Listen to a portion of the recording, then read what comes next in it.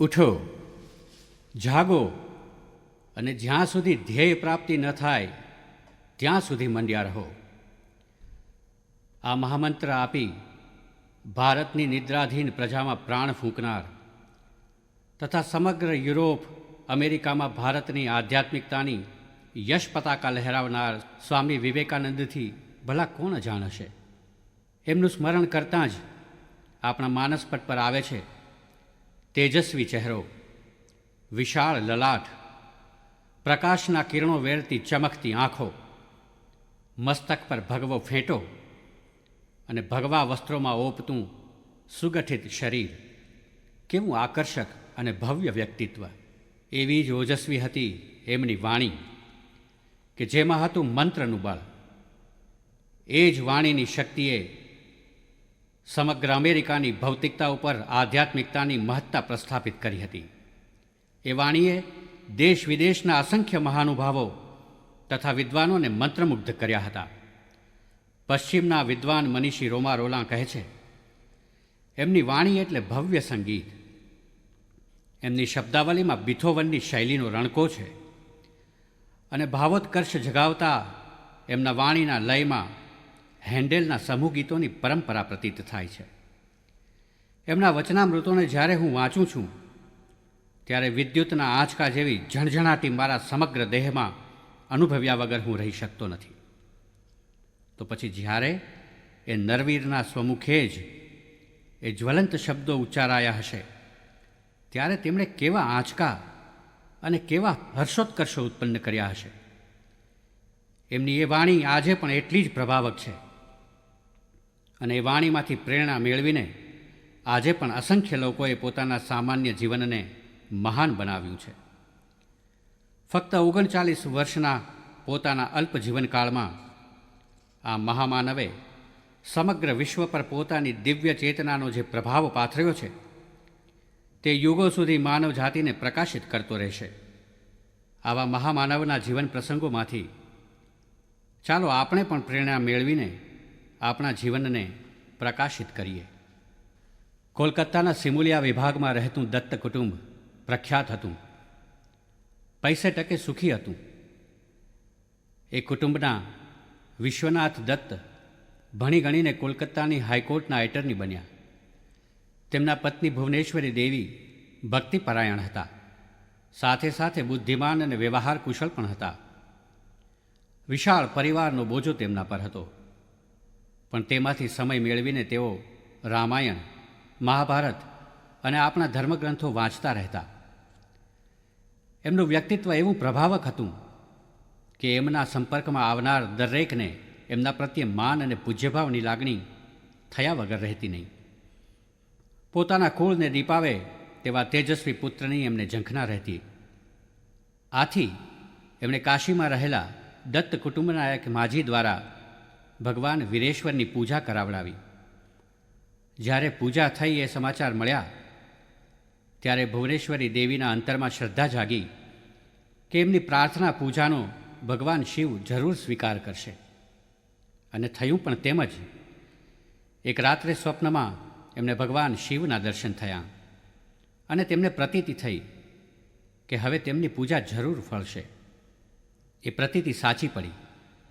ઈસવીસન 1863 જાન્યુઆરીની 12મી તારીખે સંવત 1919 પોષવદ સાતમને સોમવારે મકર સંક્રાંતિના દિવસે એમણે તેજસ્વી પુત્રને જન્મ આપ્યો.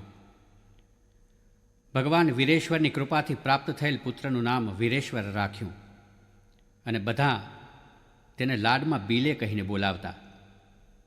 પછી રાશિ પ્રમાણેનું નામ નરેન્દ્રનાથ રાખવામાં આવ્યું. બાળ નરેન્દ્રનું શૈશવ સામાન્ય બાળકો કરતાં અનોખું હતું. તે સાવ નાનો હતો ત્યારે તોફાની અને જિદ્દી હતો. તેથી ક્યારેક માતા તેના તોફાનોથી ત્રાસી જતાં અને તેને શાંત કરવા તેના માથા પર ઠંડુ પાણી રેડતાં અને શિવ શિવ બોલતાં કે તુરત જ બાળક શાંત થઈ જતો. ક્યારેક તો કંટાળીને માતા કહેવા લાગતા કે મેં તો ભગવાન શંકર પાસે પુત્ર માગ્યો હતો અને એ ભૂતનાથે પોતાના એક ભૂતને જ મોકલી આપ્યો. બાળ નરેન્દ્રને ખોળામાં બેસાડીને માતા રામાયણ, મહાભારત તથા પુરાણોમાંથી વાતો કહેતા. માના મુખે સાંભળેલી આ વાતોએ નરેન્દ્રમાં ધાર્મિક સંસ્કારોના બીજ રોપ્યા હતા. નરેન્દ્રને નાનપણથી જ ધ્યાન સહજ હતું. એકવાર તેના મિત્ર સાથે બારણું બંધ કરીને ધ્યાનમાં એવો મગ્ન થઈ ગયો હતો કે બહાર તેની શોધાશોધ ચાલી અને આખરે ઓરડાના બારણા તોડીને જોયું તો નરેન્દ્ર અને તેનો મિત્ર ધ્યાનમાં મગ્ન હતા. એવો જ એક બીજો પ્રસંગ બન્યો. ત્યારે નરેન્દ્ર મિત્રો સાથે ધ્યાનની રમત રમતો હતો. બધા ધ્યાનમાં બેઠા હતા. ત્યાં એક સાપ દેખાયો અને બધા છોકરા ઊભા થઈ ભાગી ગયા અને બૂમાબૂમ કરવા લાગ્યા. પણ નરેન્દ્ર તો એ જ ધ્યાનની મુદ્રામાં સ્થિર. સાપ બાજુમાંથી પસાર થઈ ગયો તોય તેને ખબર ન પડી. આવી હતી નરેન્દ્રની નાનપણથી જ ધ્યાનની એકાગ્રતા. નરેન્દ્રને નાનપણથી જ સાધુ મહાત્માઓ પ્રત્યે ખૂબ આદરભાવ હતો. તેના ઘરે કોઈ પણ સાધુ આવે તો નરેન્દ્ર તેને જે જોઈએ તે ઘરમાંથી લાવીને આપી દેતો. આથી માને ખબર પડે કે કોઈ ભિક્ષુક બારણે આવ્યો છે તો નરેન્દ્રને ઓરડામાં પૂરી દેતા. પણ નરેન્દ્ર બારીએથી વસ્તુઓ નીચે ફેંકતો અને ભિક્ષુકોને તે લઈ લેવા કહેતો. એકવાર તો નરેન્દ્રે સાધુને પોતાની નવી નક્કોર ધોતલી આપી દીધી હતી. માતા અને બહેનોને આ રીતે ચીડવવામાં તેને ભારે રમૂજ પડતી. નરેન્દ્રને 6 વર્ષે શાળામાં ભણવા બેસાડ્યો. પરંતુ ત્યાં પડોશીઓના ખરાબ છોકરાઓની સંગતને કારણે તે ખરાબ રીતભાત શીખવા લાગ્યો અને એટલે પિતાએ તેને તે સ્કૂલમાંથી ઉઠાડી લીધો અને ઘરમાં જ શિક્ષક ભણાવવા આવે તેવી વ્યવસ્થા કરી. નરેન્દ્રની યાદશક્તિ એટલી તીવ્ર હતી કે 7મે વર્ષે તો તેણે મુગ્ધબોધ નામનું સંસ્કૃત વ્યાકરણ મોઢે કરી લીધું હતું. નરેન્દ્રના પિતાને ત્યાં દરેક જ્ઞાતિના અસીલો આવતા. તે વખતે જ્ઞાતિ પ્રથાની પકડ એવી દ્રઢ હતી કે વિશ્વનાથ દત્તે દરેક જ્ઞાતિના માણસો માટે તમાકુ પીવા જુદા જુદા હુક્કા રાખ્યા હતા. અલગ અલગ હુક્કા જોઈને નરેન્દ્રને મનમાં થયા કરતું કે શા માટે આવો ભેદ છે. એક જ્ઞાતિનો માણસ બીજી જ્ઞાતિના હુક્કામાંથી પીએ તો શું થાય? આથી એક દિવસ તેણે બધા હુક્કામાંથી 2-4 ઘૂંટ લઈને ચકાસી લીધું અને જાણી લીધું કે આ ભેદ સાવ નકામો છે. બાળપણથી જ નરેન્દ્રનો એવો સ્વભાવ હતો કે જ્યાં સુધી ખાતરી ન કરી લે ત્યાં સુધી તે કોઈ પણ વાતનો સ્વીકાર કરતો નહીં. આ અંગેનો એક બીજો પ્રસંગ પણ આ જ ગાળામાં બન્યો હતો. મિત્રના ઘેર આંગણામાં આવેલા વૃક્ષ ઉપર ચડીને બધા રમતા હતા. મિત્રના વૃદ્ધ દાદાને થયું કે છોકરાઓ પડી જશે તો આડું અવળું વાગી જશે. એટલે તેમણે કહ્યું, છોકરાઓ, ઝાડ પર ન ચડશો, તેના ઉપર એક બ્રહ્મ રાક્ષસ રહે છે, તે તમારી ડોકી મરડી નાખશે. આ સાંભળી છોકરાઓ બધા નીચે ઉતરી ગયા, પણ નરેન્દ્ર ઝાડ ઉપરથી નીચે ન ઉતર્યો. છોકરાઓએ બ્રહ્મ રાક્ષસનો ભય બતાવી ઉતરી જવા કહ્યું. ત્યારે તેણે કહ્યું, જો બ્રહ્મ રાક્ષસ ઝાડ પર રહેતો હોત તો ક્યારની મારી ડોકી મરડી નાખી હોત. કોઈ કહે એટલે માની ન લેવું, પણ એની સચ્ચાઈની ખાતરી કર્યા પછી જ એનો સ્વીકાર કરવો. એ સ્વામીજીના જીવનની વિશિષ્ટતાનું દર્શન આપણને એમના શૈશવકાળના પ્રસંગો દ્વારા સ્પષ્ટ થાય છે. નરેન્દ્રનું શાળાકીય શિક્ષણ પંડિત ઈશ્વરચંદ્ર વિદ્યાસાગરની મેટ્રોપોલિટન ઇન્સ્ટિટ્યુશન નામની શાળામાં થયું.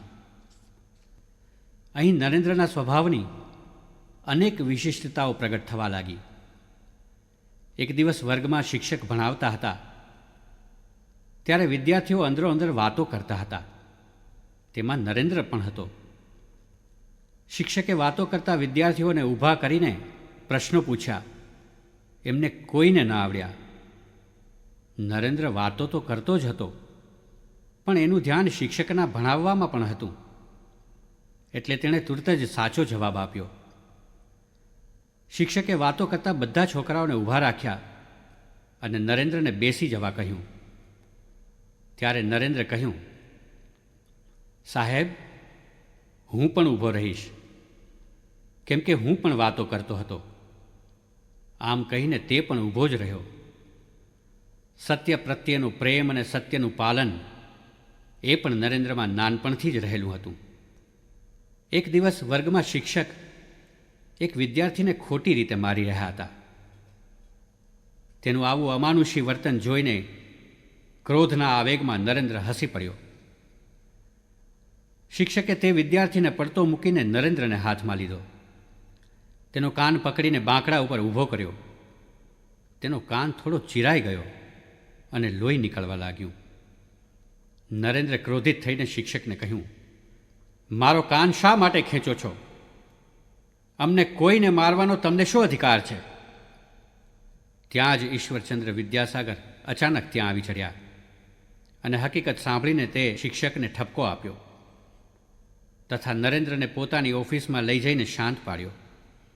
ઘરે જઈને તેણે માતાને વાત કરી ત્યારે માએ કહ્યું, હવે આવી નિશાળમાં જવું જ નથી. પણ નરેન્દ્ર તો જાણે કંઈ જ બન્યું નથી એમ માનીને બીજા દિવસથી જ નિશાળે જવા લાગ્યો. પણ ચીરાયેલા કાનને મળતા ઘણી વાર લાગી. એક વખત ભૂગોળનો વર્ગ ચાલતો હતો. શિક્ષકે નરેન્દ્રને પ્રશ્ન પૂછ્યો. નરેન્દ્રે સાચો જવાબ આપ્યો તો પણ શિક્ષકે તેને ખોટો પાડ્યો. એટલે નરેન્દ્રે કહ્યું, મારો જવાબ સાચો છે તો તમે તેને કેમ ખોટો કહો છો? પણ શિક્ષકે નરેન્દ્રની વાત માની જ નહીં. નરેન્દ્ર વારંવાર આગ્રહ કરવા લાગ્યો એટલે શિક્ષક ગુસ્સે થઈને તેને સોટીથી મારવા લાગ્યા. નરેન્દ્રે સોટીનો માર ખાઈ લીધો પણ પોતાની સાચી વાત ન છોડી. ઘેર આવીને તેણે રડતા રડતા માતાને વાત કરી ત્યારે માએ તેને શાંત કરીને કહ્યું, બેટા, જો તારાથી કોઈ ભૂલ ન થઈ હોય તો તું જેને સત્ય સમજે છે તેના પર અડગ રહેજે. સચ્ચાઈને વળગી રહેવું એ જીવનને શુદ્ધ અને પવિત્ર બનાવવાનું મહાન કાર્ય છે. એ પાઠ પણ સ્વામીજીને પોતાની માતા પાસેથી નાનપણમાં જ શીખવા મળ્યો હતો. નરેન્દ્રમાં સમય સૂચકતા, નિર્ભયતા અને કોઈ પણ પરિસ્થિતિમાં ગભરાયા વગર રસ્તો કાઢવાની આંતરસૂચ પણ બાળપણથી જ હતી. એક વખત મિત્રોની મદદથી તે નવગોપાલની વ્યાયામ શાળામાં એક હિંચકો ઊભો કરતો હતો. હિંચકા માટેનો થાંભલો ઊભો કરવા તેણે એક અંગ્રેજ ખલાસીની મદદ લીધી. પણ અચાનક થાંભલો પડતાં એ ખલાસીને સખત વાગ્યું અને તે બેભાન થઈ ગયો. બધાને લાગ્યું કે તે મરી ગયો છે. આથી બધા ત્યાંથી નાસી ગયા. નરેન્દ્ર અને તેના 2-3 મિત્રો જ ત્યાં રહ્યા. નરેન્દ્રે તત્કાળ પોતાના ધોતિયાનો છેડો ફાડીને પાટો તૈયાર કરી ખલાસીના મસ્તક પર બાંધ્યો. પછી મોઢા પર પાણી છાંટવા લાગ્યો. આથી થોડી વારમાં જ તે ભાનમાં આવી ગયો. પછી મિત્રોની મદદથી તેને બાજુની શાળામાં લઈ જઈ સુવડાવ્યો. ડૉક્ટરને બોલાવીને સારવાર કરાવી. એ ખલાસી જ્યાં સુધી સાજો ન થયો ત્યાં સુધી એની સારવાર કરી. એટલું જ નહીં, પણ પછી મિત્રો પાસે પૈસા ઉઘરાવીને તેને પૈસા આપીને વિદાય કર્યો. પરગજુતા, પરિસ્થિતિનો સામનો કરી તેમાંથી માર્ગ કાઢવાની આવડત અને બીજાનું કલ્યાણ કરવાની ભાવના જે સ્વામીજીના સમગ્ર જીવનમાં છવાયેલા જોવા મળે છે, તેની શરૂઆત તો તેમના બાળપણથી જ થઈ હતી. શાળાનો અભ્યાસ પૂર્ણ કર્યા પછી નરેન્દ્રે કોલકાતાની પ્રેસિડેન્સી કોલેજમાં પ્રવેશ મેળવ્યો. એ પછી તેઓ સ્કોટિશ ચર્ચ કોલેજમાં ભણ્યા. કોલેજના અભ્યાસકાળ દરમિયાન જ તેમની ઈશ્વર દર્શનની ઝંખના તીવ્ર બનવા લાગી. એ ઉંમરે પણ નરેન્દ્ર દ્રઢપણે માનતા કે ચારિત્ર્ય એ જ માનવ જીવનનો પાયો છે. બ્રહ્મચર્ય વગર આધ્યાત્મિક અનુભવ અશક્ય છે એમ તેમને જણાતું હતું. આથી કોલેજ કાળ દરમિયાન તેઓ બ્રહ્મચર્યનું કડકપણે પાલન કરતા.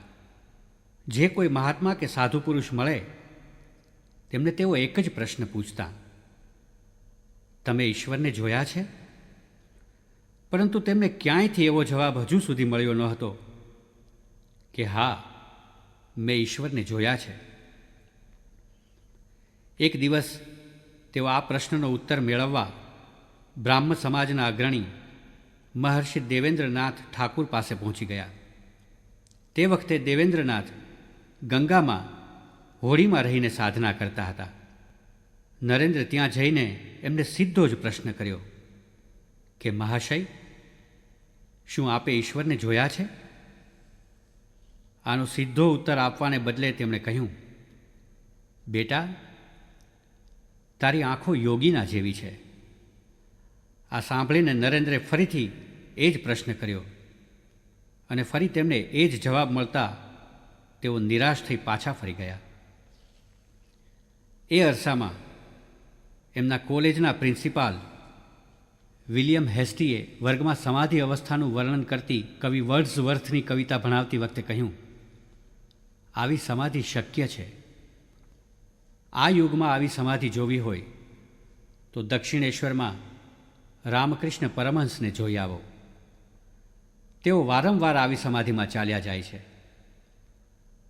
આમ નરેન્દ્રે રામકૃષ્ણ દેવનું નામ સર્વપ્રથમ પોતાના અંગ્રેજ પ્રિન્સિપાલના મુખે સાંભળ્યું હતું. ત્યારથી તેમને રામકૃષ્ણના દર્શન કરવાની ઈચ્છા જાગી હતી. કોલેજમાં અભ્યાસ કરી રહેલા નરેન્દ્ર માટે સારા ઘરની કન્યાઓના માગા આવવા લાગ્યા.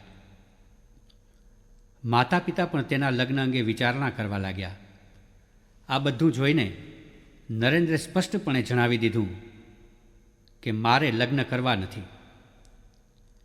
આ સાંભળીને તેના કાકા રામચંદ્ર દત્તે કહ્યું, જો તારે લગ્ન ન કરવા હોય તો પછી તું દક્ષિણેશ્વરમાં શ્રી રામકૃષ્ણ પાસે જા.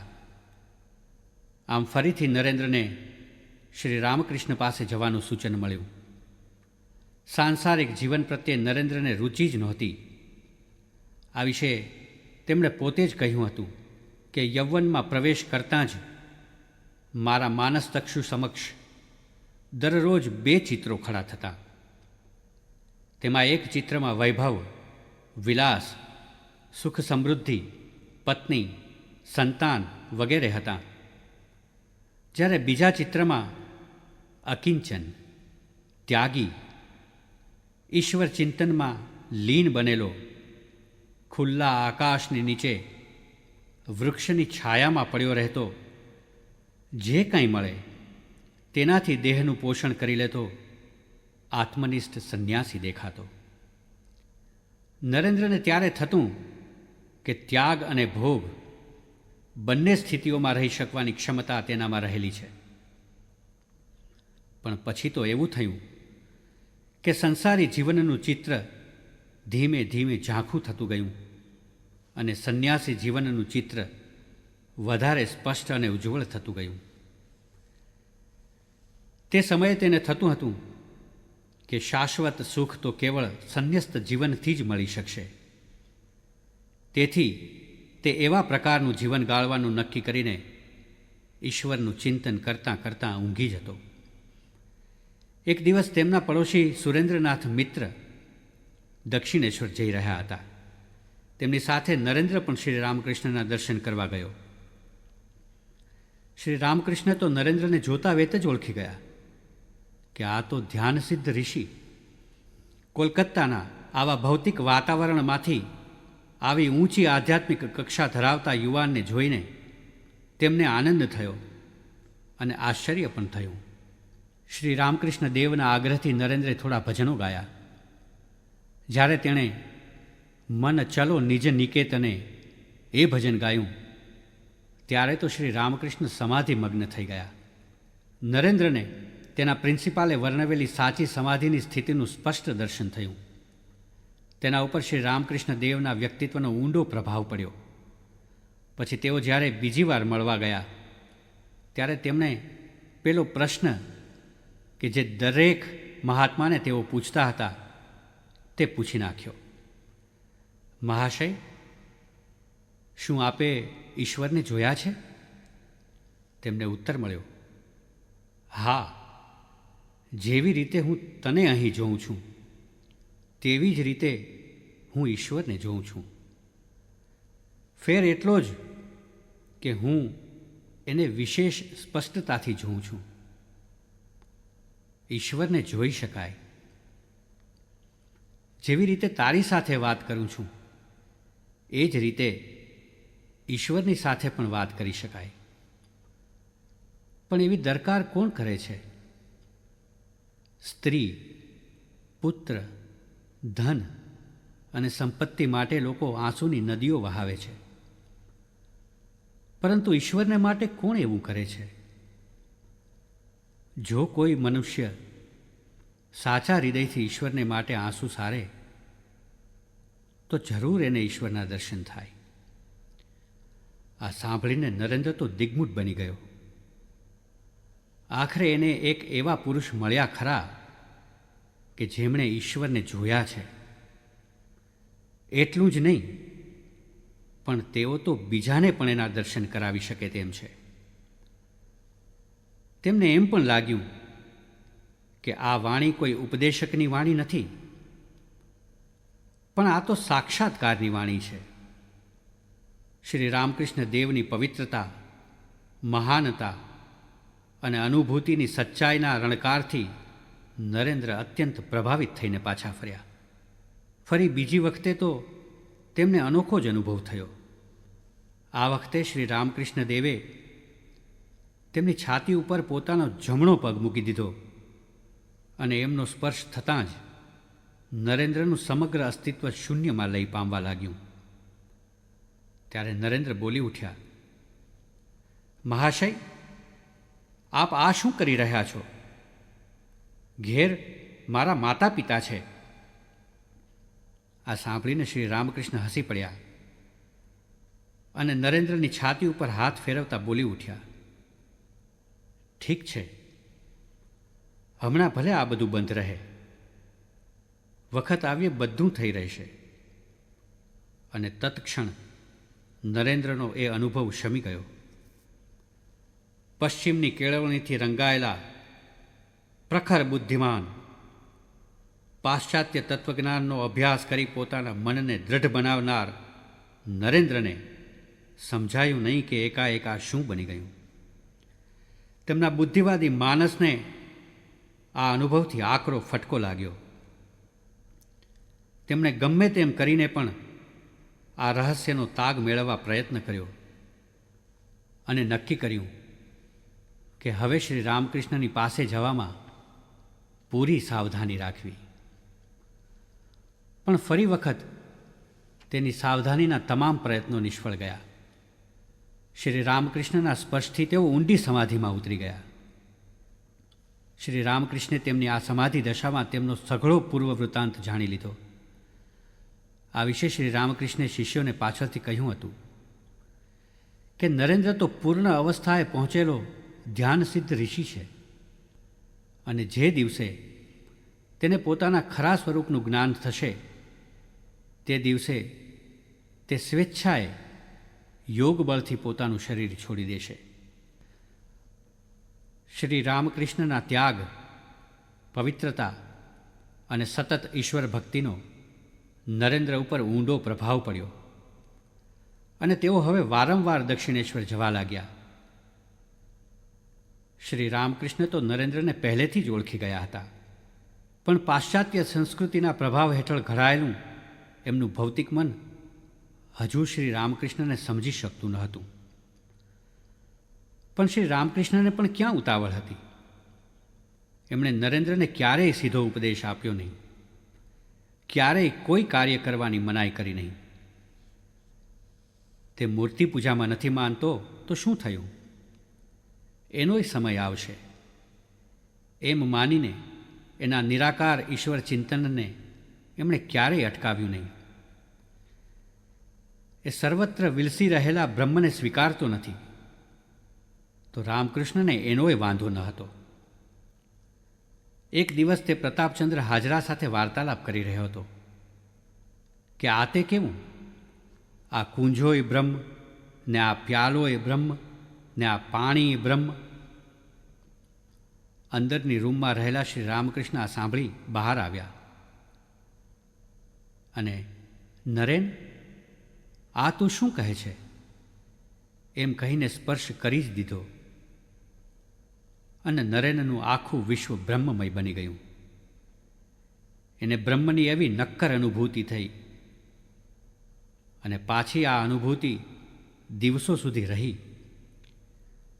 તેથી પછી ક્યારેય તે બધું જ બ્રહ્મ છે એનો વિરોધ કરી શક્યો નહીં. અનુભૂતિઓ દ્વારા એવું પ્રત્યક્ષ જ્ઞાન આપીને શ્રી રામકૃષ્ણે નરેન્દ્રના મનને એવું તૈયાર કર્યું કે ભવિષ્યમાં યુરોપ, અમેરિકામાં એ જ્ઞાન સૂર્યનો પ્રકાશ સર્વત્ર પ્રસરી રહ્યો. નરેન્દ્રની આત્મશક્તિઓને શ્રી રામકૃષ્ણ જ જાણતા હતા. તેથી જ તેઓ નરેન્દ્રને ઉત્કટતાથી ચાહતા હતા. એક દિવસ ઘણા ભક્તો અને યુવાનો બેઠા હતા. ત્યારે નરેન્દ્રને જોઈને શ્રી રામકૃષ્ણે બધાને ઉદ્દેશીને કહ્યું, જુઓ જુઓ, સરસ્વતીના પ્રકાશથી નરેન્દ્ર કેવો પ્રકાશી રહ્યો છે. ગુરુદેવની વાતથી બધા નરેન્દ્રની સામે જોવા લાગ્યા, પણ કોઈને એવો વિશિષ્ટ પ્રકાશ દેખાયો નહીં. શ્રી રામકૃષ્ણે નરેન્દ્રને પૂછ્યું, સૂતા પહેલાં તું કોઈ પ્રકાશ જુએ છે? નરેન્દ્રે હા કહી. એટલે શ્રી રામકૃષ્ણે કહ્યું, હા, બરાબર છે, આ યુવાન તો ધ્યાન સિદ્ધ છે. ફરી એકવાર જ્યારે તેઓ બ્રાહ્મ સમાજી ભક્તોની સાથે બેઠા હતા ત્યારે નરેન્દ્ર પણ ત્યાં હાજર હતા. એમના પર દ્રષ્ટિ પડતાં જ નરેન્દ્રના તેજોમય ભાવિનું ચિત્ર એમને દેખાયું. સભા પૂરી થતાં એમણે ભક્તોને કહ્યું, કેશવમાં તેને પ્રખ્યાત કરનારી એક શક્તિ છે, તો નરેન્દ્રમાં એવી 18 છે. કેશવ અને વિજયમાં મેં જ્ઞાન પ્રકાશ મીણબત્તી જેવો જોયો, જ્યારે નરેન્દ્રમાં તો એ પ્રચંડ સૂર્યની પેઠે પ્રકાશતો જોયો. શ્રી રામકૃષ્ણ નરેન્દ્રની આ આંતરશક્તિઓને પોતાના ભાવિ કાર્યો માટે પોષણ આપતા રહ્યા, યોગ્ય દિશામાં વાળતા રહ્યા. પોતાના દિવ્ય સાનિધ્યમાં એના મનને ઘડતા રહ્યા કે ભવિષ્યમાં નરેન્દ્રમાંથી સ્વામી વિવેકાનંદ પ્રગટ્યા કે જેમણે પોતાના આંતરપ્રકાશથી, પોતાની દિવ્ય શક્તિઓથી પોતાના મહાન ગુરુના દૈવી સંદેશને સમગ્ર વિશ્વમાં પ્રસરાવ્યો. નરેન્દ્ર પ્રલોભનોથી કેટલા મુક્ત છે એ અંગે શ્રી રામકૃષ્ણે એમની કસોટી પણ કરી હતી. એક વખત તેમણે નરેન્દ્રને કહ્યું, જો નરેન, આકરી તપશ્ચર્યા બાદ માએ મને કેટલીક દિવ્ય સિદ્ધિઓ આપી છે, પણ મારે તેનો કશો ઉપયોગ નથી. હું તો મારું પોતાનું શરીર પણ પૂરું સંભાળી શકતો નથી. તેથી માની રજા લઈને આ તમામ સિદ્ધિઓ મેં તને આપવા નક્કી કર્યું છે. માએ મને કહ્યું છે કે નરેનને હજુ ઘણા મહાન કાર્યો કરવાના છે, માટે આ સિદ્ધિઓનો તું સ્વીકાર કર. જરૂર જણાય ત્યાં તું એનો ઉપયોગ કરી શકીશ. બોલ, તું શું કહે છે? અને સહેજ પણ વિચાર કર્યા વગર નરેને પૂછ્યું, ઈશ્વરનો સાક્ષાત્કાર કરવામાં મને આ સિદ્ધિઓ ઉપયોગી થશે ખરી? ના, પણ તું એનાથી ઘણા મહાન કાર્યો કરી શકીશ, રામકૃષ્ણ દેવે બોલ્યા. ત્યારબાદ નરેને કહ્યું, તો પછી મારે એ સિદ્ધિઓની કોઈ જરૂર નથી. પહેલાં મને ઈશ્વર દર્શન થાય, પછી હું બીજો વિચાર કરી શકીશ. આમ નરેન્દ્રે સિદ્ધિઓ લેવાની ના પાડી દીધી. એથી રામકૃષ્ણને ખાતરી થઈ ગઈ કે નરેન સર્વ પ્રલોભનોથી પર છે. એ ઉપરાંત પણ શ્રી રામકૃષ્ણે નરેન્દ્રની બીજી પણ કસોટીઓ કરી હતી. તે માન અપમાનથી પર છે, તે દુન્યવી આકર્ષણોથી મુક્ત છે, એ બધાની ખાતરી કરીને તેઓએ નરેન્દ્ર પર પોતાના અંતરનો સમસ્ત પ્રેમ ઠાલવી દીધો. આ સંદર્ભમાં પાછળથી સ્વામી વિવેકાનંદે કહ્યું હતું કે મને મળ્યા તે ઘડીથી જ શરૂઆત કરીને ઠેઠ સુધી જો કોઈએ મારામાં એક સરખો વિશ્વાસ મૂક્યો હોય તો તે એકલા શ્રી રામકૃષ્ણ જ હતા. મારી માતા તથા ભાઈઓએ પણ મારામાં એવો વિશ્વાસ નહોતો મૂક્યો. મારા તરફ એમણે જે અખૂટ વિશ્વાસ અને પ્રેમ દર્શાવ્યા તેનાથી જ હું સદાને માટે એમની પાસે બંધાઈ રહ્યો. બીજા માણસને કેમ ચાહવો તે તો એકલા એ જ જાણતા હતા. સંસારીઓ તો માત્ર સ્વાર્થ સાધી લેવા પ્રેમનો ડોળ જ કરતા હોય છે. નરેન્દ્રે પણ શ્રી રામકૃષ્ણની કસોટીઓ અનેક વાર કરી હતી. તેમાં જ્યારે તેમણે જાણ્યું કે શ્રી રામકૃષ્ણ રૂપિયા કે પૈસાનો સ્પર્શ કરી શકતા નથી, કોઈ પણ ધાતુનો સ્પર્શ સુદ્ધા કરી શકતા નથી, જો અજાણતા પણ ધાતુનો સ્પર્શ થઈ જાય તો તેમના હાથ થરડાઈ જાય છે. નરેન્દ્રને આ વાત માનવામાં આવતી ન હતી. આથી તેમણે એક દિવસ જ્યારે શ્રી રામકૃષ્ણ કોલકાતા ગયા હતા ત્યારે શ્રી રામકૃષ્ણની પથારીની નીચે રૂપિયાનો સિક્કો મૂકી દીધો. શ્રી રામકૃષ્ણ પાછા આવ્યા ત્યારે નરેન્દ્ર ઓરડાના એક ખૂણામાં ઊભા રહીને શું બને છે તે જોવા લાગ્યા. શ્રી રામકૃષ્ણ જેવા પથારીમાં બેઠા કે જાણે કે વીછીએ ડંખ માર્યો હોય તેમ તુરત જ ઊભા થઈ ગયા. તેથી બીજા શિષ્યે પથારી ખંખેરતા ખણાના કરતો રૂપિયો નીચે પડ્યો. નરેન્દ્ર આ જોઈને ચૂપચાપ ઓરડાની બહાર નીકળી ગયા અને શ્રી રામકૃષ્ણ પણ જાણી ગયા કે નરેન્દ્રે જ તેમની આ કસોટી કરી હતી. હજુ તો નરેન્દ્રની બીએની પરીક્ષાનું પરિણામ પણ નહોતું આવ્યું અને તેમના પિતાનું અચાનક અવસાન થતાં નરેન્દ્રના કુટુંબ ઉપર અણધારી આફત ઉતરી આવી. ઘરમાં સૌથી મોટા નરેન્દ્ર હતા, તેથી ઘરની જવાબદારી તેમના પર આવી પડી. પિતાનો સ્વભાવ અતિ ઉદાર હોવાથી ઘરમાં ખાસ બચત પણ નહોતી અને પિતાના આશ્રય રહેતાં સગાઓએ મુખ ફેરવી લીધું. કોઈ મદદ કરવા આગળ આવ્યું નહીં.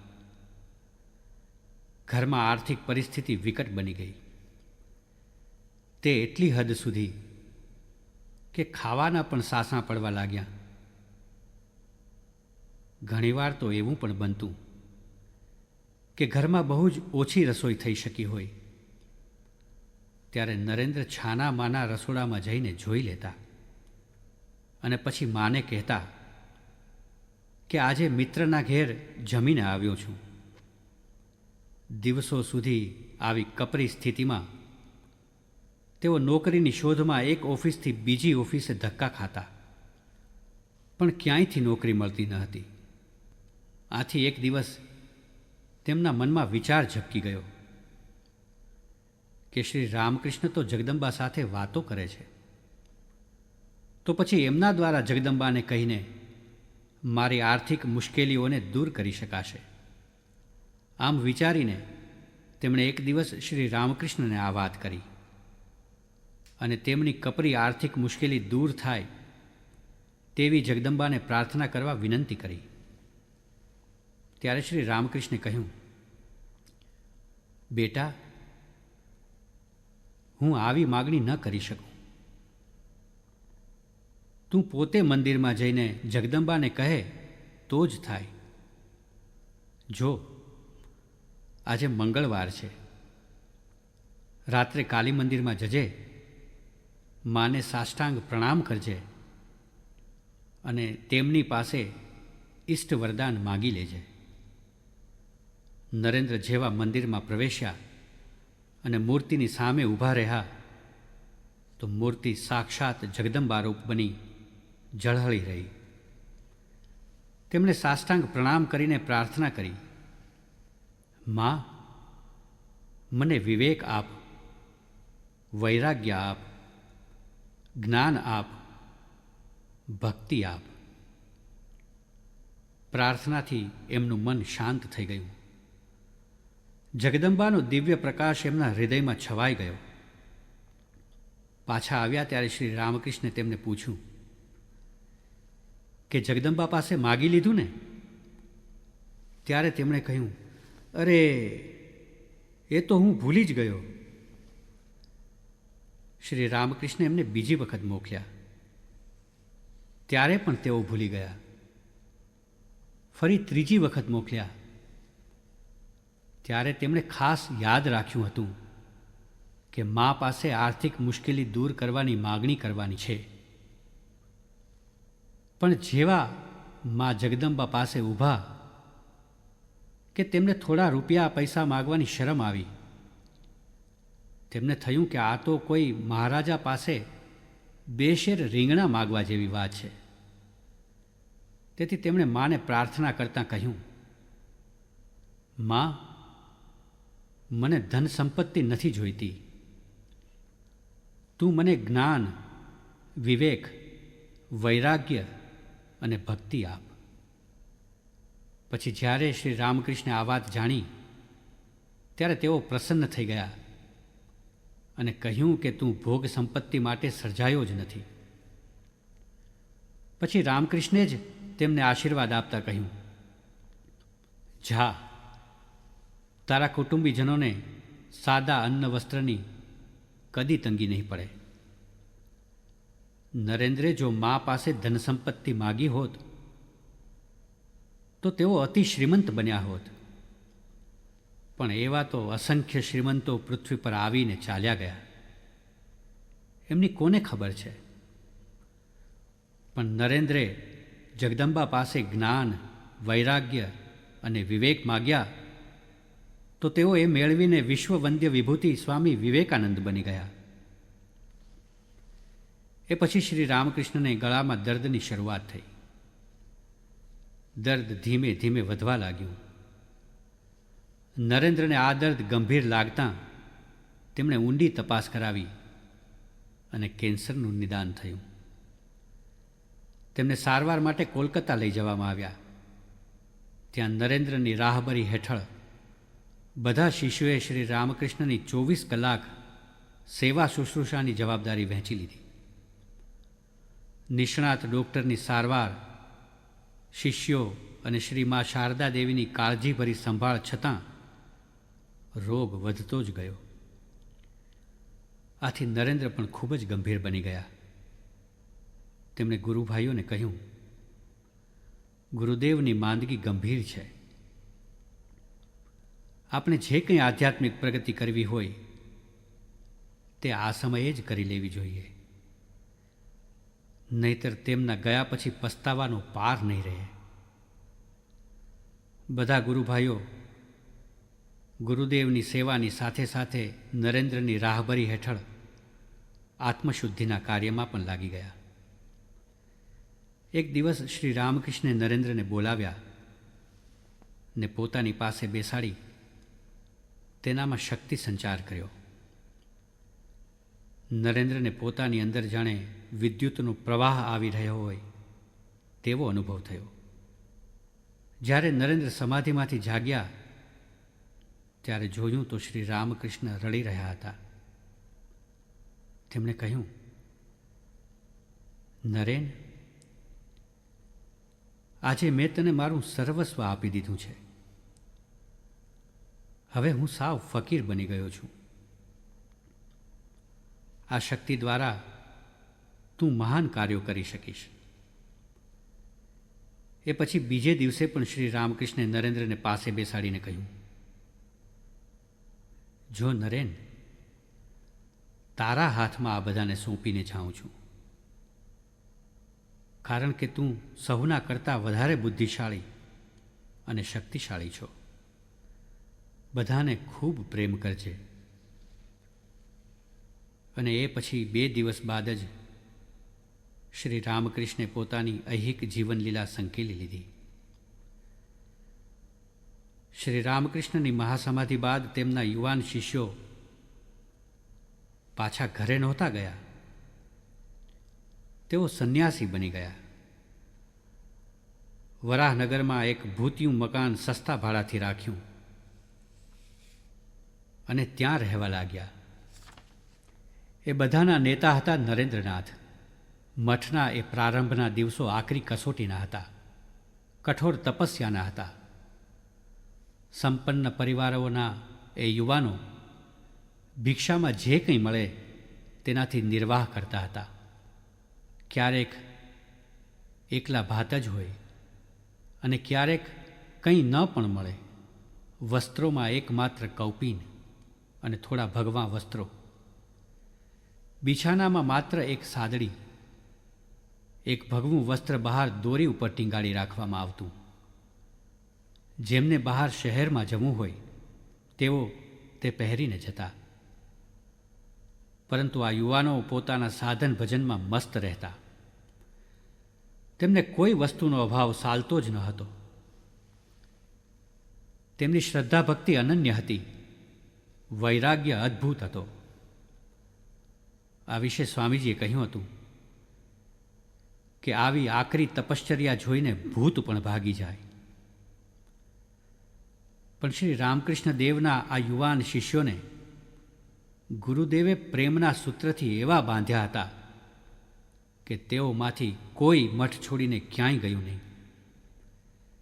તેઓએ બધાએ વિધિવત સંન્યાસ ગ્રહણ કર્યો અને સંન્યાસીના નવા નામ ધારણ કર્યા. નરેન્દ્રનું સંન્યસ્તનું નામ હતું સ્વામી વિવેકાનંદ. સ્વામીજીને તો ભારતનું નવજાગરણ કરવું હતું, ભારતની સુપ્ત ચેતનાને જાગૃત કરવી હતી. એથી વિશાળ ભારત દેશના લોકો તેમની અલગ અલગ રીત રસમો, ધર્મ, સંસ્કૃતિ વગેરેનો પ્રત્યક્ષ પરિચય મેળવવો જરૂરી હતો. આથી તેઓએ પરિવ્રાજક રૂપે સમગ્ર ભારતમાં પરિભ્રમણ કરવાનું નક્કી કર્યું અને તેઓ નીકળી પડ્યા. સાથે હતા માત્ર એક જોડી કપડાં, કમંડળ, 2-4 પુસ્તકો અને દંડ. ભારતના શહેરોમાં, ગામડાઓમાં, રાજાના મહેલોથી માંડીને ગરીબના ઝૂંપડામાં પણ તેઓ રહ્યા. કોઈ વાર વૃક્ષ તળે તો કોઈ વાર ખુલ્લા આકાશ નીચે પણ તેઓ સૂઈ રહેતા. પરંતુ એમણે ભારતને, ભારતના લોકોને નજરે જોયા. ભારતનું ગૌરવ, ભારતનું તેજ, ભારતનો ધર્મ શામાં રહેલા છે એનું સ્પષ્ટ દર્શન પણ તેમણે આ પરિવ્રાજક દશામાં મેળવ્યું. આ પરિવ્રાજક રૂપે તેઓ કાશ્મીરથી કન્યાકુમારી અને પોરબંદરથી કલકત્તા સુધી ફરી વળ્યા. આ પરિભ્રમણ દરમિયાન તેમને ઘણા અનુભવો થયા. તે વખતે સ્વામીજી કાશીમાં હતા. દુર્ગા માતાના મંદિર પાસેથી પસાર થતા હતા ત્યારે વાંદરાઓનું ટોળું એમની પાછળ પડ્યું. એટલે સ્વામીજી દોડવા લાગ્યા, એટલે વાંદરાઓ પણ તેમની પાછળ દોડવા લાગ્યા. દૂરથી એક વૃદ્ધ સાધુએ આ દ્રશ્ય જોઈને બૂમ પાડી, સાધુ, ભાગો મત, ખડે રહો ઓર સામના કરો. આ સાંભળીને સ્વામીજી ઊભા રહી ગયા. પાછા ફરીને વાંદરાઓની સામે જોવા લાગ્યા. સ્વામીજી ઊભા રહી ગયા એટલે વાંદરાઓ પણ ઊભા રહી ગયા. સ્વામીજી સ્થિર નજરે વાંદરાઓની સામે જોતા હતા. તેથી વાંદરાઓ એક એક કરીને ભાગી ગયા. વર્ષો પછી ન્યૂયોર્કમાં એક સભામાં સ્વામીજીએ આ પ્રસંગ વર્ણવી કહ્યું હતું, આ પ્રસંગે મને જીવનનો મહાન બોધપાઠ શીખવ્યો કે ભયંકર દુશ્મન સામે પણ આંખ મેળવવી જોઈએ. સ્વસ્થતાપૂર્વક તેની સામે ઊભા રહેવું જોઈએ. બીજો એક પ્રસંગ અલવરના મહારાજા સાથેનો છે. મહારાજાને મૂર્તિ પૂજામાં બિલકુલ શ્રદ્ધા ન હતી. તેમણે સ્વામીજીને કહ્યું, મને માટી, ધાતુ કે પથ્થરની પૂજા કરવી બિલકુલ ગમતી નથી. એના જવાબમાં સ્વામીજીએ દિવાલ પર ટાંગેલી મહારાજાની છબી ઉતરાવી અને દીવાનને તેના પર થૂંકવા કહ્યું. આવું સાંભળીને બધા ધ્રુજી ગયા. દીવાન તો શું, કોઈ પણ એ છબી પર થૂંકવા તૈયાર ન થયું. ત્યારે સ્વામીજીએ મહારાજાને કહ્યું, આ તો માત્ર છબી છે, કાગળનો ટુકડો માત્ર, પણ લોકો એમાં આપને જુએ છે, એટલે છબી પ્રત્યે પણ એમને આપના જેટલો જ આદર છે. એ જ રીતે લોકો મૂર્તિમાં ભગવાનને જુએ છે. મૂર્તિ તેમને ભગવાનનું, પોતાના ઈષ્ટદેવનું સ્મરણ કરાવે છે. આ સાંભળીને મહારાજા મંગલસિંહે સ્વામીજીના ચરણોમાં પડીને કહ્યું, સ્વામીજી, આજે આપે મને મૂર્તિ પૂજાનું સાચું રહસ્ય સમજાવ્યું. એક વખતે સ્વામીજી ખેતડીમાં હતા. તેના મહારાજા અજીતસિંહે પોતાના મહેલમાં એક સાંજે સંગીતની મહેફિલ ગોઠવી હતી. તેમાં સ્વામીજીને પણ આમંત્રણ આપ્યું. પણ સ્વામીજીએ કહ્યું, સંન્યાસીને માટે મહેફિલમાં આવવું યોગ્ય નથી. તેઓ પોતાના ખંડમાં બેસીને અધ્યયન કરી રહ્યા હતા. જ્યારે ગાયિકાને ખબર પડી કે સ્વામીજીએ ના પાડી છે, તેથી તેને ભારે દુઃખ થયું અને તેણે હૃદયના એ ઊંડા દર્દ સાથે ગીત ગાવાનું શરૂ કર્યું. પ્રભુ મોરે અવગુણ ચિત્ત ન ધરો, સમદર્શી હૈ નામ તિહારો, અબ મોહે પાર કરો. તેની આંતરવેદના સ્વામીજી સુધી પહોંચી ગઈ. સ્વામીજીને થયું કે સર્વ કંઈ બ્રહ્મરૂપ છે, તો સંન્યાસીને વળી ભેદ કેવો? તેઓ રાજાના સંગીત કક્ષમાં પહોંચી ગયા. ગાયિકાને આશીર્વાદ આપ્યા. કહેવાય છે કે ગાયિકાએ પછી મહેફિલોમાં ગાવાનું છોડી દીધું અને પછી પ્રભુ ભક્તિના જ ગીતો ગાવા લાગી. જયપુરમાં સ્વામીજીએ સંસ્કૃત વ્યાકરણના એક નિષ્ણાત પંડિત પાસે પાણીનીનું વ્યાકરણ શીખવાનું શરૂ કર્યું. પંડિતજીએ અષ્ટાધ્યાયીનું પ્રથમ સૂત્ર સમજાવવું શરૂ કર્યું, પણ સ્વામીજીને ન સમજાયું. 3 વખત પ્રયત્ન કરવા છતાં સ્વામીજીને એ સૂત્ર સમજાવી શક્યા નહીં. એટલે પંડિતજીએ કહ્યું, સ્વામીજી, એ હું આપને નહીં સમજાવી શકું. પણ પછી સ્વામીજીએ દૃઢ સંકલ્પ કર્યો કે મને એ કેમ ન સમજાય. દ્રઢ સંકલ્પ કરીને તેઓ પલોઠી વાળીને બેસી ગયા કે જ્યાં સુધી આ નહીં સમજાય ત્યાં સુધી હું અહીંથી ઉઠીશ નહીં. એ સૂત્રમાં પૂરેપૂરું મન લગાવ્યું તો 3 દિવસમાં જે નહોતું સમજાયું એ માત્ર 3 કલાકમાં સમજાઈ ગયું. આથી જ તેમણે એક ભાષણમાં કહ્યું હતું, જો તમારે સફળતા પ્રાપ્ત કરવી હોય તો તમારામાં પ્રચંડ ખંત અને દૃઢ ઈચ્છા શક્તિ હોવા જોઈએ. આબુમાં સ્વામીજી પહાડ ઉપર એક મુસલમાનને ત્યાં રહેતા હતા. ત્યારે ખેતડીના દીવાને સ્વામીજીને પૂછ્યું, સ્વામીજી, તમે તો હિન્દુ સાધુ છો, મુસલમાનને ત્યાં શા માટે રહો છો?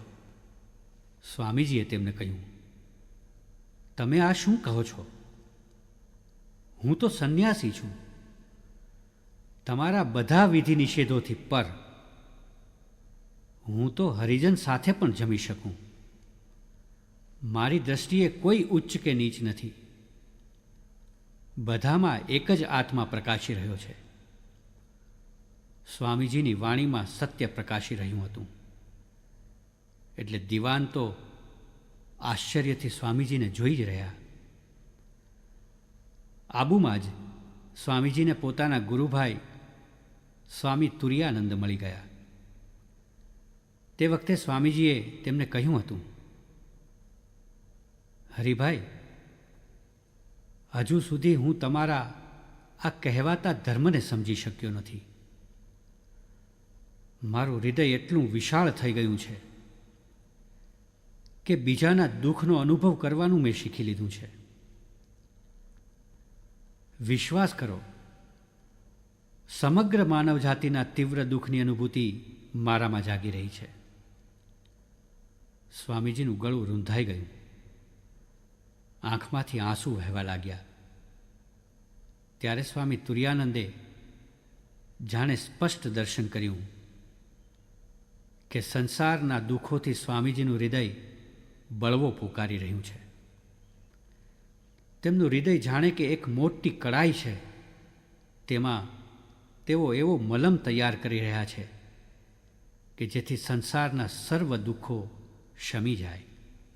ગુજરાતમાં સ્વામીજી અમદાવાદ, લીંબડી, ભાવનગર, શિહોર, જૂનાગઢ, પોરબંદર, ભુજ, પાલિતાણા અને વડોદરા આવ્યા હતા. સ્વામીજીની ચરણરજથી ગુજરાતની ભૂમિ પાવન બની છે. સ્વામીજી તેના સમગ્ર પરિવ્રાજક કાળ દરમિયાન પોરબંદરમાં સૌથી વધુ સમય લગભગ 4 માસ રોકાયા હતા.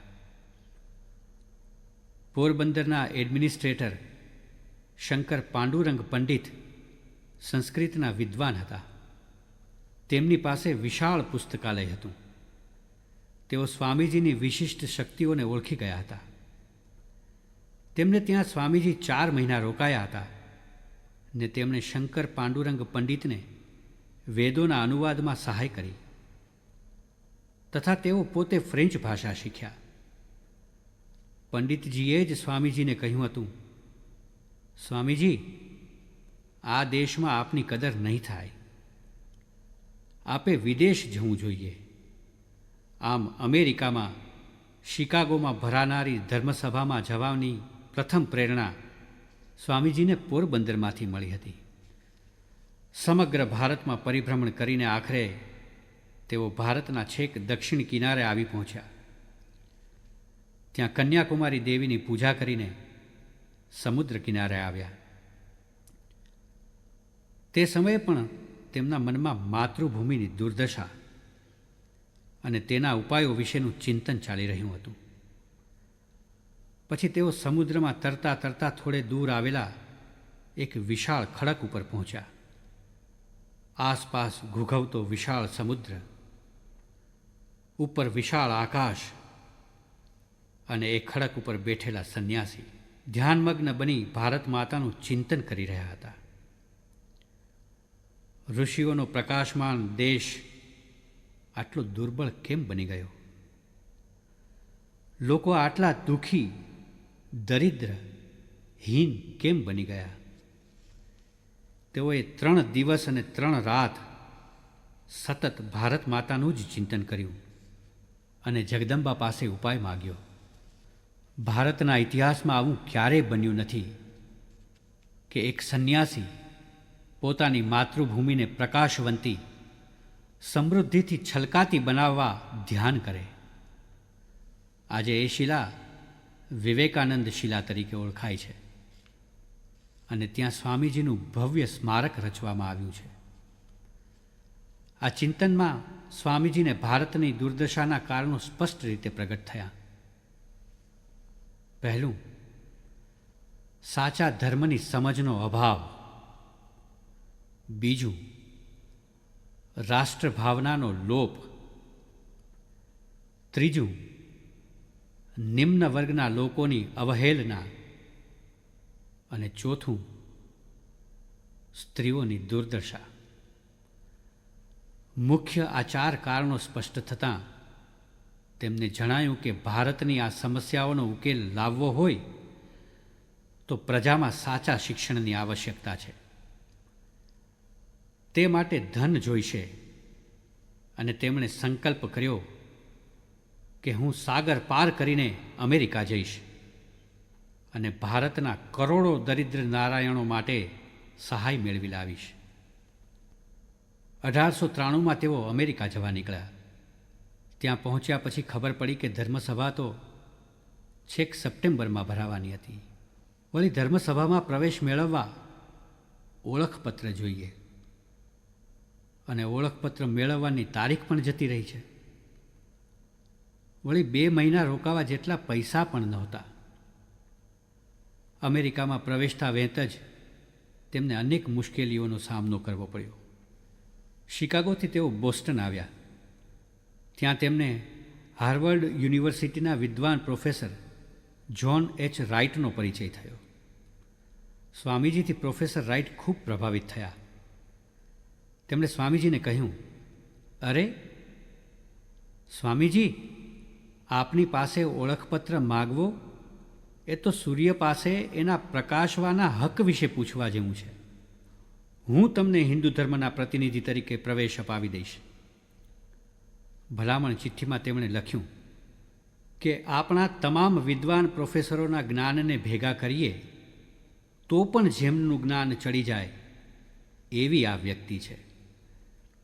એમને ધર્મસભામાં સ્થાન મળવું જ જોઈએ.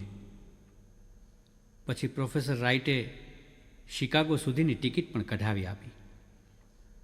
સ્વામીજી બોસ્ટનથી શિકાગો જવા નીકળ્યા. શિકાગો આવી રહેલા એક વેપારીને સ્વામીજીને ધર્મસભાના મથકે પહોંચાડવાનું કામ તેમના યજમાને સોંપેલું. એટલે સ્વામીજી નિશ્ચિંત હતા. તેમણે ભલામણ ચિઠ્ઠી અને સરનામાવાળું કવર વેપારીને આપી દીધું.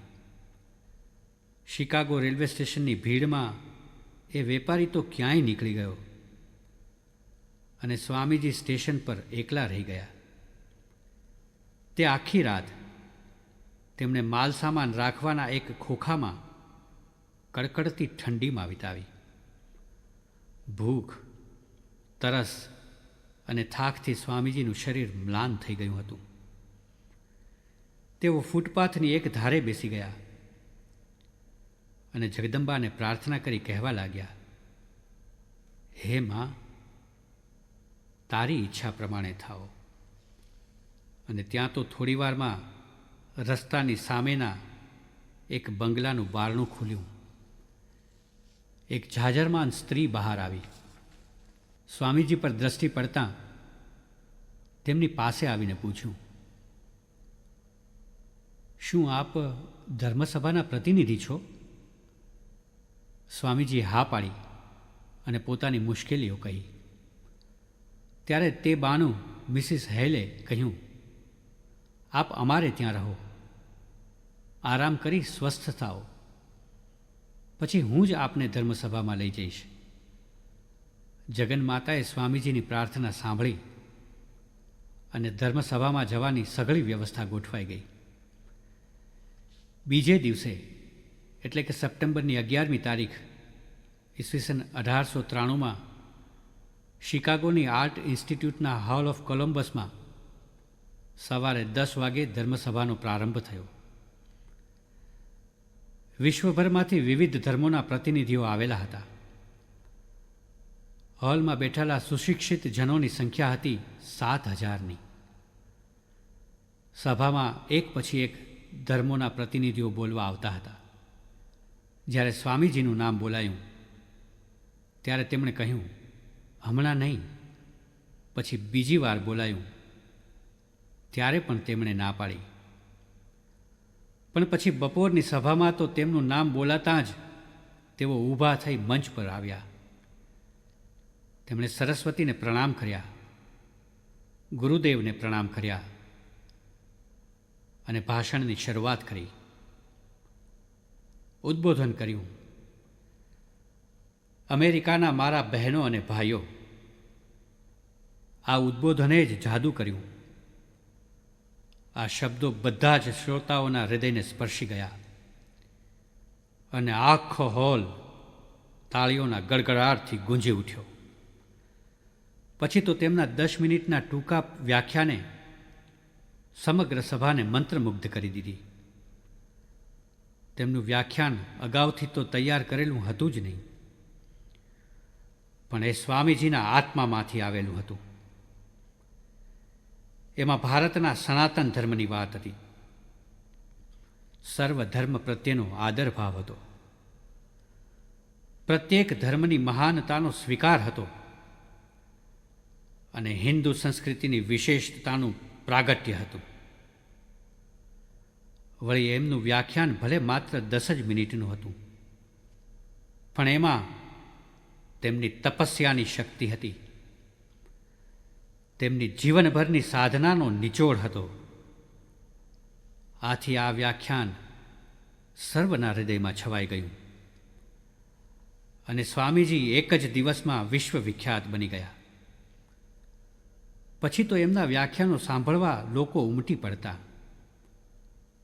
પણ ધર્મસભામાં તેમના વ્યાખ્યાનો સૌથી છેલ્લે રાખવામાં આવતા કે જેથી લોકો બેસી રહે ને બીજાના વ્યાખ્યાનો પણ સાંભળે. ભગવો સાફો અને લાંબા કોટ ઉપર કમરબંધ બાંધેલા એ ભારતીય સાધુને નિરખવા અમેરિકનો રસ્તા ઉપર ઊભા રહી જતા. શેરીઓમાં અને જાહેર રસ્તા ઉપર એમના ભીંત ચિત્રો ચોંટાડવામાં આવ્યા હતા અને નીચે ભારતના હિન્દુ સંન્યાસી સ્વામી વિવેકાનંદ એટલા જ શબ્દો લખવામાં આવતા. રસ્તે જતા આવતા ઘણા લોકો આ ચિત્રને આદરપૂર્વક નમન કરતા. ધર્મસભા પૂરી થયા પછી અમેરિકાના નાના મોટા ઘણા શહેરોમાં સ્વામીજીના વ્યાખ્યાનો યોજાતા. જિજ્ઞાસુઓને માટે સ્વામીજીએ વેદાંતના વર્ગો પણ શરૂ કર્યા હતા. અમેરિકામાં એક ભાષણમાં સ્વામીજીએ કહ્યું હતું, કોઈ પણ પરિસ્થિતિમાં જે વિચલિત થતો નથી એ જ સાચો વીર પુરુષ કહેવાય. કોલેજના કેટલાક યુવાન છોકરાઓએ સ્વામીજીના આ વાક્યની પરીક્ષા કરી. એકવાર સ્વામીજી કોઈ ગામડામાં વ્યાખ્યાન આપતા હતા ત્યારે એકાએક એમના કાન પાસેથી ધણાણા કરતી બંદૂકની ગોળીઓ પસાર થઈ ગઈ. પણ સ્વામીજી સહેજ પણ વિચલિત ન થયા. જે રીતે ભાષણ આપતા હતા એ જ રીતે ભાષણ આપવાનું ચાલુ રાખ્યું. પેલા યુવાનોએ આવીને ક્ષમા માગતા કહ્યું, આપ સાચે જ વીર પુરુષ છો. એક વખત અમેરિકામાં એક નિગ્રો કુલીએ સ્વામીજી સાથે હસ્તધૂનન કરવા હાથ લંબાવ્યો અને બોલ્યો, મેં સાંભળ્યું છે કે આપ અમારી જાતિના છો. આપના ગૌરવથી નિગ્રો જાતિ ગૌરવ અનુભવે છે. એમ કહી સ્વામીજી સાથે હાથ મિલાવી હસતા હસતા પાછો ગયો. ત્યારે તેમના ભક્તે કહ્યું, કેમ તમે કહ્યું નહીં કે હું નિગ્રો નથી? આપ આપનો સાચો પરિચય કેમ આપતા નથી? ત્યારે તેમણે કહ્યું, શું આપણે બીજાને હલકા દેખાડીને પોતે ઊંચા બનીશું? એના માટે તો મેં જન્મ ધારણ કર્યો નથી. અમેરિકામાં સ્વામીજીએ વેદાંતના વર્ગો ચલાવ્યા અને વેદાંત સોસાયટીની સ્થાપના કરી. તેઓ પૂર્વની આધ્યાત્મિકતા અને પશ્ચિમના વિજ્ઞાનનો સમન્વય થાય એવું ઈચ્છતા હતા. અમેરિકામાં તેમને ઘણા ઉત્તમ શિષ્ય શિષ્યાઓ મળ્યા કે જેના દ્વારા એમના વેદાંતના પ્રચાર પ્રસાર કાર્યને વેગ મળ્યો. સ્વામીજી પેરિસ અને લંડન પણ ગયા. ત્યાં ઇંગ્લેન્ડમાં પણ એમણે વર્ગો ચલાવ્યા. આવા જ એક વર્ગમાં મિસ માર્ગારેટ નોબલ આવ્યા હતા અને પછી તો સ્વામીજી ઇંગ્લેન્ડમાં રોકાયા અને વર્ગો લીધા ત્યાં સુધી તેઓ વર્ગોમાં નિયમિત હાજરી આપવા લાગ્યા. તેઓ સ્વામીજીની સાથે ભારત આવ્યા અને બ્રહ્મચર્યની દીક્ષા લઈને તેઓ ભગીની નિવેદિતા બન્યા. તેમણે સ્વામીજીના આદેશ પ્રમાણે કોલકાતામાં કન્યા કેળવણીની પ્રથમ સ્કૂલ સ્થાપી. સ્વામીજીને જે ગુડવિન નામના બીજા પણ એક સમર્પિત શિષ્ય આ યાત્રામાં સાંપડ્યા, જેમણે સ્વામીજીના તમામ પ્રવચનોની લઘુલિપિમાં નોંધ લીધી કે જેથી એ સચવાઈ રહે. ઇંગ્લેન્ડના સેવિયર દંપતી પણ સ્વામીજીના પરમ ભક્ત બની ગયા. તેઓ પણ સ્વામીજીની સાથે ભારત આવ્યા હતા. હિમાલયમાં માયાવતીમાં અદ્વૈત આશ્રમની સ્થાપનાનું શ્રેય સેવિયર દંપતીને જાય છે. સ્વામીજીએ લંડનની 2 વાર મુલાકાત લીધી હતી. લંડનથી જ તેઓ ભારત આવવા રવાના થયા હતા. સ્વામીજી 1893થી 1897 સુધી યુરોપ અને અમેરિકાના વિવિધ સ્થળોએ રહ્યા. પશ્ચિમના આ દેશોને તેમણે ભારતની મહાન સંસ્કૃતિનો પરિચય કરાવ્યો. જ્યારે તેઓ સ્વદેશ પાછા આવી રહ્યા હતા ત્યારે તેમના એક અંગ્રેજ મિત્રે તેમને પૂછ્યું હતું કે પશ્ચિમના વિલાસ વૈભવની વચ્ચે 4 વર્ષ વિતાવ્યા પછી હવે માતૃભૂમિમાં પાછા જવાનું તેમને કેવું લાગે છે? તેના ઉત્તરમાં સ્વામીજીએ કહ્યું, વિદેશ જતાં પહેલાં પણ હું મારી માતૃભૂમિને ચાહતો હતો, પરંતુ હવે તો મને એવું લાગે છે કે ભારતની રજ પણ મારા માટે પવિત્ર બની ગઈ છે. ભારતનો વાયુ મારા માટે પવિત્ર છે. ભારત મારી પુણ્ય ભૂમિ છે. તે મારું તીર્થસ્થાન છે. અમેરિકા અને યુરોપમાં વેદાંતનો વિજયધ્વજ લહેરાવીને 3.5 વર્ષ પછી સ્વામીજી જ્યારે ભારતમાં આવ્યા ત્યારે ભારત માતાના આ પનોતા પુત્રનું દેશવાસીઓએ ભવ્ય સ્વાગત કર્યું. રામેશ્વરના સ્વાગત પ્રવચનમાં સ્વામીજીએ કહ્યું હતું કે દીન, દુર્બળ અને રોગીઓમાં વસતા શિવનું પૂજન કરો. એમની આ વાણીથી રામનદના રાજા એવા તો પ્રભાવિત થઈ ગયા કે બીજે જ દિવસે તેમણે હજારો દરિદ્ર નારાયણોને અન્ન અને વસ્ત્ર આપી સંતુષ્ટ કર્યા. સ્વામીજી 1897ની 20મી ફેબ્રુઆરીએ કોલકાતા આવ્યા ત્યારે ત્યાં પણ એમનું અભૂતપૂર્વ સ્વાગત કરવામાં આવ્યું. યુવાનોએ એમની ગાડીના ઘોડા છોડીને જાતે ગાડી ખેંચી. અસંખ્ય માનવ મેદની ભારત માતાના આ પનોતા પુત્રને સત્કારવા ઉમટી પડી હતી, જાણે તેઓ યુદ્ધમાં વિજય મેળવીને પાછા ફરેલા વિજયી રાજા હતા. વિશ્વમાં જડવાદી સભ્યતા સામે આધ્યાત્મિકતાનો વિજય પ્રસ્થાપિત કરનાર તેઓ એક વીર સેનાપતિ હતા. પરંતુ એમની પાસે નહોતું લશ્કર કે નહોતા શસ્ત્રો. એમની પાસે તો હતી ઈશ્વરીય શક્તિ અને પોતાનો દ્રઢ સંકલ્પ. આ બેથી તેમણે સમગ્ર વિશ્વમાં આધ્યાત્મિકતાનો ઉદય કરાવી દીધો. ભારતને અને સમગ્ર વિશ્વને તેમણે સંદેશ આપ્યો કે ઉઠો, જાગો અને ધ્યેય પ્રાપ્તિ સુધી મંડ્યા રહો. ભારતમાં આવીને તેમણે અનેક કાર્યો હાથ પર ધર્યા. તેમાં રામકૃષ્ણ મઠ અને મિશનની સ્થાપનાનું મહાન કાર્ય પણ હતું. આ સંસ્થાનું મુખ્ય ધ્યેય આત્મનો મોક્ષાર્થ, જગત હિતાય છે તથા શિવ જ્ઞાને જીવ સેવાનું રહેલું છે. આ ઉદ્દેશને સાથે રાખીને આજે સમગ્ર વિશ્વમાં રામકૃષ્ણ મઠ મિશનની અનેક શાખાઓ કાર્યરત છે.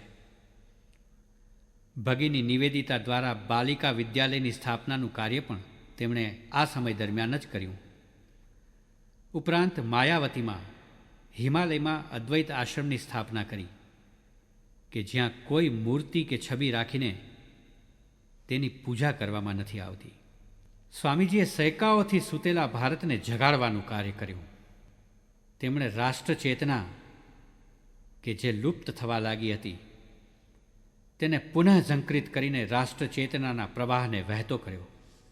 એમના એક વિદેશી શિષ્યા જોસેફાઇન મેકલાઉડે જ્યારે તેમને પૂછ્યું કે સ્વામીજી, હું આપની શું સેવા કરી શકું, ત્યારે સ્વામીજીએ તેમને જણાવ્યું કે ભારતને પ્રેમ કરો. એમના બીજા વિદેશી શિષ્યા ભગિની નિવેદિતા કહે છે, મેં તેમના પ્રત્યેક ઉચ્છ્વાસમાં ભારતને પ્રગટતું જોયું છે. સ્વામીજી ભારતનું મૂર્તિમંત સ્વરૂપ બની ગયા હતા. એથી જ એમના અંતરમાંથી સીધી આવતી વાણી સહુને સ્પર્શી ગઈ. સ્વામીજીની એ દૈવી વાણીથી સમગ્ર ભારત જાગી ઉઠ્યું. શું ધર્મ કે શું તત્વજ્ઞાન, શું કેળવણી કે શું ઇતિહાસ, શું રાષ્ટ્રભાવના કે શું માનવ પ્રેમ, આ દરેકમાં શ્રી રામકૃષ્ણના આ મહાન શિષ્યે વેદાંતની નવી શક્યતાઓ રજૂ કરીને એક નવો જ માર્ગ કંડારી આપ્યો. આ ઉપરાંત પણ તેમણે આપેલા વ્યવહારુ વેદાંતમાં બુદ્ધિ અને લાગણીનો, વ્યવહારિકતા અને આધ્યાત્મિકતાનો તથા વ્યક્તિ અને સમાજના કલ્યાણનો વિશેષ સુભગ સમન્વય જોવા મળે છે. પ્રત્યેક મનુષ્યની અંદર દિવ્યતા રહેલી છે એવી ઘોષણા કરી એને જગાડવાની પ્રેરણા આપીને આ યુગ પુરુષે ધર્મની નવી પરિભાષા આપી. સંન્યાસના ભગવા રંગ પર પણ રાષ્ટ્રીયતાનો તેજસ્વી રંગ શોભી ઉઠે છે. એની તેમણે જગતને પોતાના દ્રષ્ટાંત દ્વારા જ પ્રતીતિ કરાવી આપી. 39 વર્ષના ટૂંકા આયુષ્યકાળમાં સ્વામીજીએ સમગ્ર વિશ્વ માટે જે કાર્ય કર્યું હતું તે અજોડ છે. જ્યારે તેમને જણાયું કે હવે જગદંબાનું કાર્ય પૂરું થયું છે, ત્યારે તેમણે ઐહિક લીલા સંકેલવા માંડી. તેઓ વધુ ને વધુ અંતર્મુખ બનતા ગયા. 1902ની 4 જુલાઈએ રાત્રે તેમણે ઐહિક લીલા સંકેલી લીધી અને મહાસમાધિ પ્રાપ્ત કરી. એ વિશે એમણે પોતે જ કહ્યું હતું. એવું બને ખરું કે આ દેહમાંથી નીકળી જવાનું અને આ દેહને એક જીર્ણ વસ્ત્રની જેમ ફેંકી દેવાનું મને બહેતર લાગે, પણ મારું કાર્ય તો અવિરત ચાલ્યા જ કરશે. ભારતની આધ્યાત્મિકતાથી સમગ્ર વિશ્વ ઉપર વિજય મેળવવાનું, ભોગમાં રત પશ્ચિમના જગતને આધ્યાત્મિક માર્ગે વાળવાનું તથા ધર્મોના વાળાઓને દૂર કરી સમગ્ર વિશ્વમાં સંવાદિતા સ્થાપવાનું અને સર્વધર્મ સમન્વય સાધવાનું સ્વામીજીનું કાર્ય આજે પણ ચાલી રહ્યું છે. આવો આપણે એ મહામાનવના ચરણોમાં પ્રણામ કરી પ્રાર્થીએ કે એમણે કંડારી આપેલા માર્ગે ચાલી શકીએ એવી શક્તિ તેઓ આપણને આપે.